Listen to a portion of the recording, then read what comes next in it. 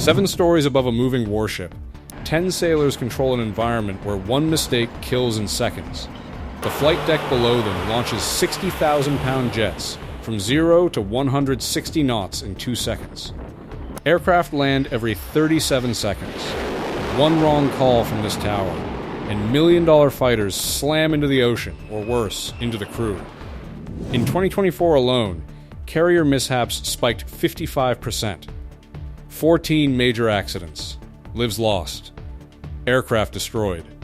And at the center of it all sits a small room called Pri-Fly, where the air boss rules the most dangerous workplace on Earth with nothing but his voice, his crew, and split-second decisions that mean life or death. How does a team of 10 people manage this deadly ballet?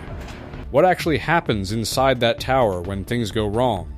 The answers might shock you. This is life inside Pri-Fly, Primary Flight Control, the command tower that controls every aircraft, every launch, every recovery on an American aircraft carrier. These aren't just air traffic controllers. They're combat veterans making calls that keep our sailors alive in the most unforgiving environment the Navy operates. And today, you're getting the full story of what really happens up there. If you're proud of the men and women who serve in these positions, type proud in the comments below.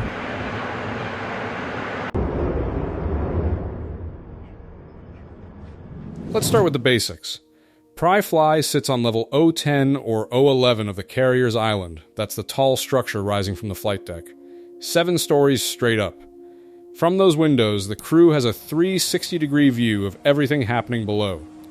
The flight deck stretches out 4.5 acres. That's roughly 3 football fields of moving metal, jet fuel, explosives, and people working inches from death. The room itself? Small. Air-conditioned. Packed with computers, radar screens, communication systems.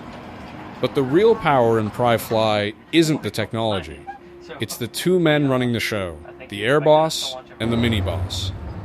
The air boss is a Navy commander, usually a former squadron commander being groomed for captain. He controls everything within a 5 nautical mile radius of the carrier and up to 2,500 feet in altitude. His word is absolute law. When he says launch, they launch. When he says wave off, pilots abort their landing, no questions asked. The mini-boss, also a commander, works right beside him, handling detailed coordination and preparing to take over the air boss role on future tours. These aren't desk officers. Both are experienced naval aviators who've logged thousands of flight hours, been in combat, and know exactly what it's like in that cockpit approaching the carrier at night in bad weather. That experience matters, because they're not just managing aircraft, they're managing lives. Around them works a crew of about 10 sailors, each with a specific job that sounds simple but becomes critical when operations run at full speed. Let's break down who these people are and what they actually do. The tower supervisor coordinates information between all Pri-Fly positions. Think of them as the central nervous system, making sure everyone knows what everyone else is doing. In an environment where aircraft are launching and landing within seconds of each other, communication breakdowns kill people. Forward spotters track every aircraft launch and every landing attempt. They mark whether a landing was successful, a touch and go, or a wave off. This data gets written on Pri-Fly windows with grease pencils in real time. Why? Because the air boss needs to see at a glance how operations are flowing without looking at a computer screen. Here's a question for you veterans out there. Have you ever worked on a carrier flight deck? Let us know in the comments which position you held. The aft spotters have one of the most critical jobs in Pri-Fly. They identify incoming aircraft by type, especially at night when visibility is terrible. Different aircraft weigh different amounts, and the arresting gear, those cables that catch landing planes, must be set to the exact weight of each incoming jet. Get it wrong? The aircraft either rips the cable apart or doesn't catch at all and goes off the deck into the ocean. Or worse, it catches wrong and the plane slams into the deck, killing the crew and anyone nearby. Aft spotters memorize aircraft lighting configurations to identify jets in the dark. One miscall, and people die. That's not exaggeration. That's documented in Navy safety reports going back decades. The landing gear watch takes the aircraft type from the aft spotter and relays it to the arresting gear engine rooms below deck. Those rooms adjust the gear settings in seconds. Precision matters here. These guys work in a rhythm that cannot afford mistakes. Then there's the status board operator. Once an aircraft launches, this sailor displays every jet in the air with updated information, fuel remaining, distance and direction to alternate landing sites, mission status. The air boss glances at this board constantly because fuel is life. Run out of fuel, and that pilot is swimming in the ocean or worse. The IFLOLS operator runs the improved Fresnel lens optical landing system. This system calculates the approach path of incoming aircraft and adjusts the visual guide slope that pilots use to line up their landing. It's basically a high-tech light system, but without it, pilots have no visual reference for a safe approach. The 2FLOLS operator monitors it constantly, adjusting for ship movement, weather, and deck conditions. Recording keeper documents everything. Every launch, every recovery, every incident. This paperwork matters because when something goes wrong, and it will, the Navy needs an exact record of what happened and when. Finally, the LSO platform spotter assists the landing signal officers who stand on the deck and guide planes in for landing.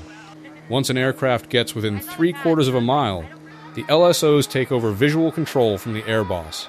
But PriFly still tracks everything and stands ready to call a wave off if something looks wrong. During critical operations, what the Navy calls Case 1 and Case 2 recoveries, squadron representatives join PriFly. These are actual pilots from the squadrons flying that day. They provide real-time troubleshooting and advice when unexpected problems arise. It's another layer of expertise in an environment where there's no room for error. Now let's talk about what makes this job so incredibly dangerous. The flight deck of an aircraft carrier is officially recognized as one of the most dangerous workplaces in the world. Not just in the military, in the entire world. Between 1977 and 1991, Navy records show 918 flight deck personnel were injured. 43 died. 5 were permanently and totally disabled. 42 suffered permanent partial disabilities. 828 had major injuries requiring weeks or months of recovery. Those are just the ones that made it into official reports. In recent years, the danger has actually increased. From 2020 to 2024, Class A military aviation mishaps, the most serious category involving death, permanent disability, or aircraft destruction, rose by 55% across all services. 90 service members died. 89 aircraft were destroyed. The total damage cost $9.4 billion. Before we go further, take a second to like this video and subscribe. Over 98% of viewers watch without subscribing. It costs you nothing but makes a huge difference to us. The Navy specifically saw 8 Class A mishaps in 2024. By mid-2025, that number jumped to 14. That's almost double in less than a year. 2 FA-18 Super Hornets fell off the USS Harry S. Truman. One from a bad landing, another literally slipped off the deck into the sea. The USS Gettysburg mistakenly shot down one of its own FA-18s in December 2024. And in October 2025, the USS Nimitz lost both a fighter jet and a helicopter in the South China Sea within 30 minutes of each other. These aren't isolated incidents. They're part of a pattern that has Navy safety officials deeply concerned. So what makes carrier flight decks so deadly? First, the environment itself. The flight deck sits about 60 feet above the water. Fall off, and you're not just hitting water, you're hitting it from 6 stories up at speed that breaks bones even if you survive the impact. Then, the ship itself might pull you under and crush you against the hull. Man overboard calls happen. Sailors die. Second, jet blast. Modern fighter jets produce exhaust temperatures over 500 degrees Fahrenheit. Stand in the wrong spot behind a launching aircraft, and the blast throws you across the deck or over the side. Burns are common. Deaths have happened. Third, spinning propellers and rotors. Helicopters operate on the same deck as fixed-wing aircraft. Walk into a rotor, and you're decapitated. It's that simple. It's happened. Fourth, moving aircraft. Jets taxi within inches of each other on a deck that's constantly rolling and pitching with the ocean. Aircraft weigh tens of thousands of pounds. They're directed by hand signals from sailors called yellow shirts, aircraft directors who use complex signals to guide pilots. One miscommunication, one moment of distraction, and an aircraft rolls over someone. In 2012, on the USS Carl Vinson, an aircraft rolled over a sailor's leg during a routine move, crushing it completely. The sailor had to be flown off the ship for emergency surgery. His career was over. His life permanently changed. Fifth, Ordnance. Carriers stock over 4,000 bombs. Aircraft taxi across the deck with live missiles and ammunition loaded. A mistake with Ordnance doesn't just kill a few people, it can destroy the ship. The 1969 USS Enterprise fire started when an overheated Zuni rocket warhead exploded on the flight deck, triggering a chain reaction. 28 sailors died. Hundreds were injured. 15 aircraft were destroyed. Damage cost $1 billion in today's money. The ship nearly sank. Quick question, do you think carrier operations have gotten safer or more dangerous over the years? Drop your answer in the comments. Sixth, the operational tempo. During peak operations, carriers can launch 2 aircraft and recover 1 every 37 seconds in daylight. At night, it's 1 per minute. That's insane speed. Cycles run between 60 and 105 minutes. During each cycle, dozens of aircraft launch and recover. The average during deployment? 90 aircraft operations per day. Sometimes there are only seconds between a jet launching and another landing. The crew has no time to think. They react on training and instinct. Seventh, fatigue. Sleep deprivation is a killer on carriers. Studies show that lack of sleep affects situational awareness as much as being drunk. Sailors work long hours in high-stress conditions. Junior personnel, who make up only 31% of the crew, account for 50% of all mishaps. Why? Inexperience plus exhaustion equals mistakes. And through all of this chaos, PriFly keeps control. The air boss and mini boss don't just watch, they actively manage every movement. They communicate constantly with pilots, deck crew, the ship's bridge, the catapult officers, the landing signal officers, the arresting gear teams below deck, and the Carrier Air Traffic Control Center handling aircraft beyond the 5-mile radius. When things go wrong, the air boss makes the call. Wave off a landing because something looks wrong, he calls it. Abort a launch because deck personnel are in danger, he calls it. Emergency on deck with an aircraft on fire? He's coordinating the response while still managing other aircraft in the air that need to land immediately. It's not a job for the faint of heart. It's not a job you can train for in a classroom. The air boss and his crew earn their positions through years of experience, proving themselves in every condition the Navy throws at them. Day, night, good weather, terrible weather, peace, and combat. Here's what civilians don't understand. This isn't like an airport. Airports have miles of runway. Carriers have 300 feet of catapult track and a few hundred feet of landing area. Airports sit still. Carriers move. Airports have unlimited airspace. Carriers operate in combat zones with threats all around. Everything that makes flying dangerous gets multiplied on a carrier. The men and women of PriFly manage this every single day. They don't get breaks when things get hard.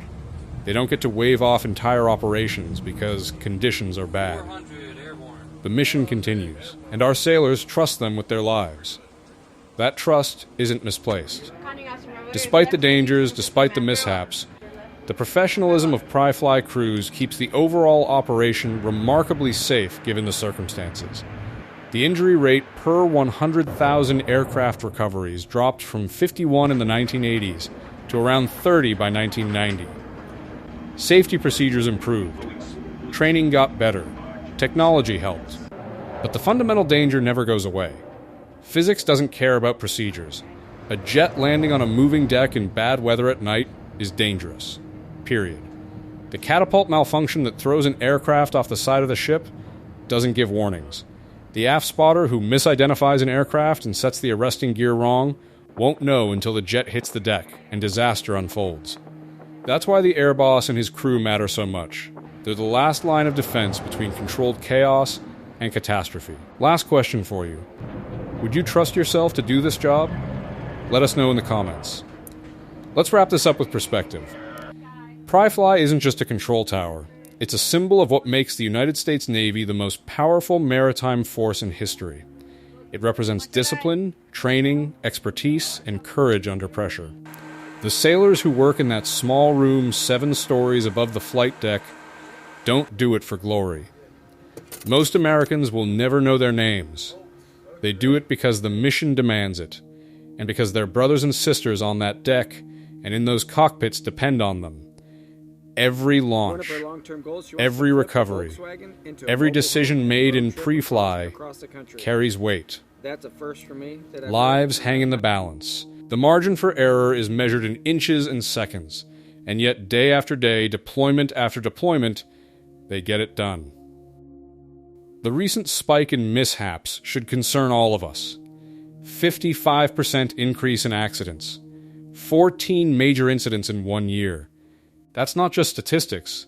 That's sailors and pilots whose lives were changed or ended. Families who lost loved ones. Aircraft worth hundreds of millions of dollars gone. But even with those numbers, carrier aviation remains one of the greatest achievements of American military power.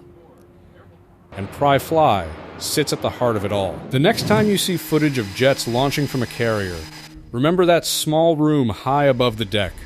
Remember the air boss making split-second calls.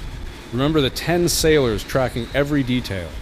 Remember the aft spotter identifying aircraft in the dark. Remember the IFLOLS operator adjusting landing systems on a pitching deck. They're the ones making it happen. They're the ones keeping our aviators alive. They're the ones ruling that deadly flight deck with nothing but skill, experience, and absolute dedication to the mission. That's life inside Pri-Fly. That's the control tower ruling the most dangerous workplace on Earth. And those are the men and women who deserve our respect and support. If this video gave you a new appreciation for carrier operations and the people who make them possible, hit that like button and subscribe. These stories matter. These sailors matter. And we'll keep bringing you the truth about what really happens in our military.